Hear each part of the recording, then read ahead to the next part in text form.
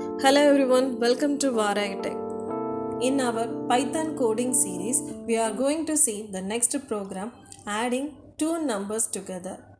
It is a simple yet fundamental concept in programming. Let's take a look at the code. This time we are going to perform a basic arithmetic operation. We start by defining two variables. Let's call them number 1 and number 2 and assign them some numerical values. First, we need to define two numbers. Number 1 equal to 5 and number 2 equal to 7. These two lines set up our numbers.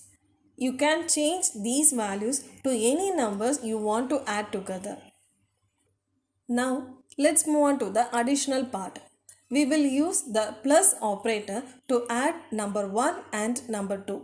Then we will store the result in another variable saying sum result. That can be written as sum result equal to number 1 plus number 2. Finally, we are going to print the result. We need to use print function for displaying the sum of our two numbers. And here is the code to print the result. Print within the bracket the sum is, that is given within the double quotes, and then the comma operator is used, and then the variable that we already defined, that is sum result.